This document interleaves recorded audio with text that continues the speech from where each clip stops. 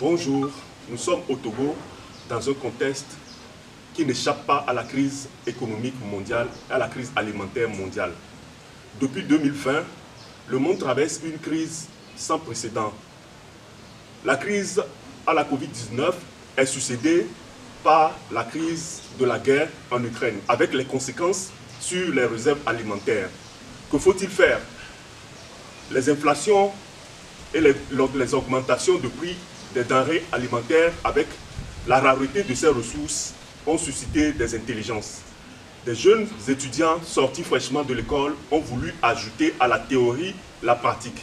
Nous les recevons aujourd'hui pour vous, pour le compte du journal L'Œil d'Afrique, deux experts qui vont nous exposer ce qu'ils font dans le domaine de la production agricole, dans la multiplication des champignons pour subvenir plutôt aux besoins alimentaires dans les zones semi-urbaines. Nous les écoutons pour vous. Nous recevons M. Sassou Messi, qui est un expert, et nous recevons également Mme Ouro Tagba Selifatou. Bonjour Madame. Votre réputation vous a devancé maintes fois. Et nous avions été informés de ce que vous avez des projets. Vous agissez dans le compte de production de champignons et que vous avez actuellement un laboratoire dans lequel vous faites la multiplication des champignons. Expliquez-nous comment cela se passe chez vous. Merci beaucoup. C'est un grand honneur pour moi aussi d'être parmi vous aujourd'hui. Et cela me fait d'être en fait content en fait. Bon, dans ma domaine, je suis dans la production de champignons. Champignons, il y a plusieurs types de champignons en fait. Il y a les champignons comestibles, il y a des champignons qu'on ne mange pas du tout. Que nous, les personnes, on n'arrive pas à différencier, mais que dans les villages, on arrive à distinguer en fait. Moi, je suis spécialement dans la champignons pour combustible, les pelotes. Pelotes, c'est-à-dire, ça, on se fait dans les sachets, ça se fait dans les sachets. Et aussi, il y a d'autres types de champignons aussi, qui se transforment en jus qu'on boit et qui est bien pratique pour le traitement de l'homme tout entier en fait. Donc, moi, dans mes domaines, c'est les champignons pelotes qu'on utilise, c'est plutôt utilisé en Afrique en fait. Parce qu'au niveau des pays européens ou américains, c'est les champignons de Paris que eux aussi connaissent et c'est ça qu'ils consomment plus. Mais en Afrique, c'est les pelotes qu'on utilise. Et par produit des champignons, sans une souche, la souche c'est ça qu'on appelle le mycélium. Le mycélium, ça se fait à base de deux types de matières. On peut le faire en sorgho, que voici. Il y a d'autres aussi qu'on peut le faire par le maïs. Maïs qu'on aime écraser pour faire la farine. On peut le faire ainsi comme ça. Mais pour le moment, on a à base de sorgho. Ça, c'est la première étape. Ça. Si tu veux commencer la production, si tu n'as pas ça, tu ne peux pas. En attendant d'aller au fond du sujet, c'est-à-dire vous faites ensemble un couple de scientifiques. Et on dirait, dans un contexte historique, Pierre et Marie Curie. Voilà, vous faites un couple de scientifiques et vous arrivez, vous êtes plutôt projectiviste et vous êtes dans le marketing. Je ne sais pas, présentez-vous et dites-nous comment se fait-il que vous êtes allié à une dame qui est dans l'agriculture et c'est à titre préventif et quelle est l'idée qui est cachée derrière ça? Merci beaucoup, expert Aignan, pour cette opportunité que vous nous accordez de pouvoir parler à la population mondiale de la crise alimentaire que nous vivons cette année-ci. Je suis Damessi Akolor Sassou. Je suis économiste et aussi technicien agricole, tout en étant aussi prospectiviste, comme vient de le dire l'expert. Donc j'ai une vision globale des problèmes que nous vivons au jour le jour dans notre pays. Et de cette vision globale, j'essaie de trouver des solutions innovantes pour pouvoir les résoudre. Et pour ce faire, je sais que les solutions doivent être pluridisciplinaires. Il faut pouvoir associer à l'économie des agriculteurs, des décideurs politiques. C'est ce qui m'a amené, en tant qu'économiste, à m'approcher de l'experte Ouro Tagba, experte en myciculture, production de champignons, pour pouvoir produire un aliment qui va résoudre un certain nombre de problèmes que notre population rencontre, à l'instar des problèmes cardiovasculaires et également des problèmes de cancer. Donc c'est dans cette mesure que nous sommes là aujourd'hui pour pouvoir faire l'exposition de nos initiatives. Mais pourquoi principalement ce choix?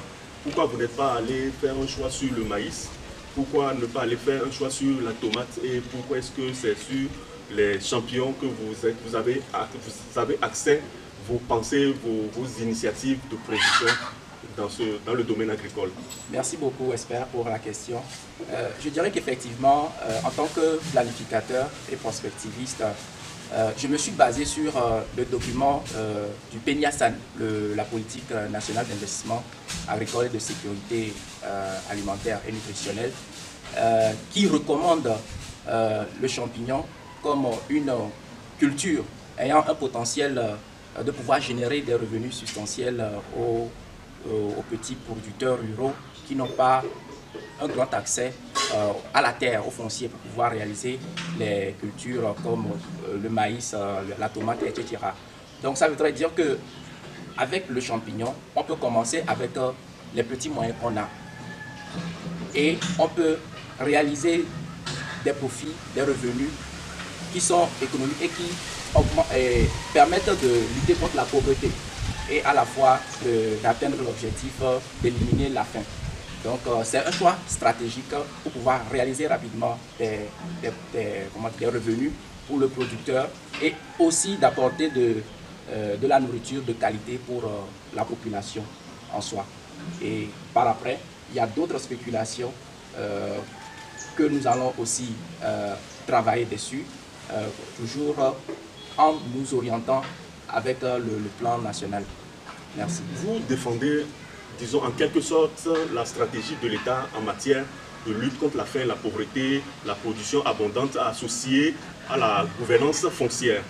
Je voudrais savoir, à ce jour, quelles sont les difficultés que vous avez et dont vous seriez appelé à faire appel à l'État pour que l'État puisse vous orienter, vous assister, vous accompagner, pas forcément avec les moyens financiers, mais avec les orientations, des accompagnements et autres et autres. De quels moyens vous avez besoin? Dites-nous clairement, quoi, sans langue de bois. Merci beaucoup, Esper, pour la question. Je dirais dans ce sens que, très rapidement, nous avons besoin de fonds de roulement, un fonds de roulement qui va nous permettre d'avoir une champignonnière beaucoup plus large que l'espace que nous avons actuellement où nous réalisons cette production, je dirais, à une échelle expérimentale. Parce que lorsque nous avions commencé l'expérience, beaucoup de clients se sont adressés à nous pour demander des quantités énormes de pleurotes que nous pouvons satisfaire seulement en ayant de meilleures infrastructures de production. Donc il y a la champignonnière dans un premier temps et dans un deuxième temps un fonds de roulement pour pouvoir avoir le mycélium, le mycélium à disposition à tout moment et pouvoir satisfaire la commande. Donc ça, ce sont les besoins les plus pressants que nous avons dedans. Oui, et nous revenons à Mme Tagba. Voilà M. Tamessi qui est un économiste qui parle en termes de besoins financiers, en besoin de renforcement de capacités économiques. Dites-nous, vous êtes plutôt dans l'agro-technique, je ne sais même pas, c'est l'agro-technique? Oui, l'agro-technique. Et de quoi est-ce que vous avez besoin de votre côté pour pouvoir vous rallier, disons, faire un venture avec ces besoins financiers et de quoi vous avez besoin pour qu'en mettant les deux ensemble, on puisse atteindre un objectif de production en quantité? Merci beaucoup, monsieur. Pour cette question-là, vous avez bien posé la question en fait. Par rapport au niveau de mycélium, aujourd'hui au Togo, c'est rare de trouver le laboratoire de mycélium. Au lieu que c'est lui l'œil en fait des pleurotes. Mais aujourd'hui, si tu as besoin des pleurotes et des mycélium, tu veux d'aller au Ghana, tu veux d'aller au Bénin, parce que c'est des processus tellement limités et encore c'est plus dangereux en fait, parce que pour pouvoir en fabriquer le mycélium aujourd'hui, c'est des techniques tellement délicates. Donc, ce n'est pas tout le monde qui est habilité à fabriquer le mycélium. Mais si par exemple au Togo, on a au moins 5 à 10 laboratoires aujourd'hui, je suis sûr que si ceux de Dapon ont besoin, dans leur localité de Dapon, ils peuvent trouver. Dites-moi, madame, est-ce que si on met les moyens en place, est-ce que vous seriez capable de travailler dans un laboratoire qui pourrait produire ces mycéliums? Oui, parce que j'ai eu la formation du mycélium, j'ai fait la formation là, je suis capable de le faire. Mais compte tenu qu'il n'y a pas les laboratoires, c'est pas ce que j'ai actuellement besoin, par exemple. On a besoin de local qui est au moins au centre de la ville où si quelqu'un a besoin, il peut venir s'approvisionner facilement. Parce que le laboratoire n'a pas besoin que tu sois dans les lieux tellement reculés, ou ça, que ça soit tellement au centre de la ville. Mais la production va se faire peut-être dans les lieux reculés, ça ne pose pas de problème. Mais s'il y a déjà le laboratoire qui est là, déjà les matériels, on a besoin, ça c'est les matières premières. Ça, on peut en trouver partout dans les pays où on va. Il y en a. Donc c'est ce que le fondamental lui-même. Et aussi la chambre où il faut exposer après la préparation, tout près, où il faut exposer. C'est difficile en fait de trouver. Donc c'est des petits locaux qu'on trouve. Mais si on pouvait trouver des grands locaux, par exemple pour l'étranger, j'ai eu à faire la visite sur Israël. Quand j'ai vu leur championnière, j'ai eu peur parce que c'est tellement technique, quoi. Ça veut dire que c'est avec les ordinateurs qu'ils ouvrent la chambre et tout c'est filmé. Au lieu que ici, par exemple, en Afrique, c'est difficile, c'est avec les arrosoirs. On utilise pouvoir arroser. Au lieu que déjà tu peux être à la maison et tu calcules l'heure, ça va s'arroser soi-même. Et tu sais que déjà si aujourd'hui 1000 personnes au Togo ont besoin de champignons, je suis capable de livrer les 1000 kilos qu'ils ont besoin, par exemple, pour chaque client. Mais ça me freine aujourd'hui parce que c'est les deux éléments fondamentaux qui sont la championnière et plus le laboratoire pour le mycélium. C'est ça qui fait aujourd'hui le défaut pour nous aujourd'hui. Chers auditeurs, chers téléspectateurs, nous sommes dans un contexte de besoin alimentaire primordial. Il a été identifié que les champignons servent beaucoup dans l'alimentation de qualité pour la santé pour tous. Et nous avons pour vous, sur le plateau de l'Œil d'Afrique, M. Damessi, qui est un économiste, et Mme Ouro Tagba, qui est agronome, et qui interviennent tous ensemble dans la vulgarisation, la production du champignon au Togo. La problématique que nous soulevons est très importante, dans la mesure où ces deux personnes se sont engagées à répondre à un besoin primordial, répondre à la crise alimentaire, pour que l'Afrique tout entière n'aille plus dans la mendicité. Mais dans cette réalité, dans ce contexte économique difficile, Mme Ouro Tagba, qui est agronome, a besoin pour l'agrandissement de son laboratoire des soutiens et accompagnements techniques. Dans la mesure où dans la sous-région, la compétitivité fait que les Togolais sont obligés de se rabattre sur les pays voisins pour pouvoir disposer du mycélium. Le mycélium que voici est l'œil du champignon.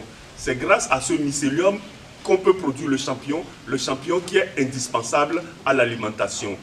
Nous avons donc identifié les besoins et nous voudrions donc nous adresser à l'économiste pour nous rassurer, pour qu'il nous rassure de ce qu'il est possible à travers ces deux besoins mis ensemble, qu'ils puissent satisfaire aux attentes des populations. Dites-nous, M. Damessi, si aujourd'hui on vous donne les moyens, est-ce que vous êtes capable de satisfaire aux besoins des populations? Merci beaucoup. Je dirais qu'effectivement, au jour d'aujourd'hui, nous sommes en train de réaliser une certaine prouesse par nos propres efforts. Avec nos moyens de bord, nous arrivons déjà par sensibiliser la population, et la population aussi nous répond avec les demandes qu'ils font à notre endroit. Nous faisons de notre maximum pour les satisfaire. Et vous saviez, en janvier, la production que nous avions réalisée, nous avions déjà tout écoulé. Et ce mois de février, nous sommes en train de lancer une deuxième phase de production qui dépasse ce que nous avions fait en janvier passé. Donc cela voudrait dire que les mois prochains à venir, nous allons augmenter progressivement notre capacité de production, et nous souhaitons vivement pouvoir avoir ces moyens combinés afin de pouvoir satisfaire toute la population togolaise, et également dans les pays de l'Afrique de l'Ouest satisfaire aussi ces personnes.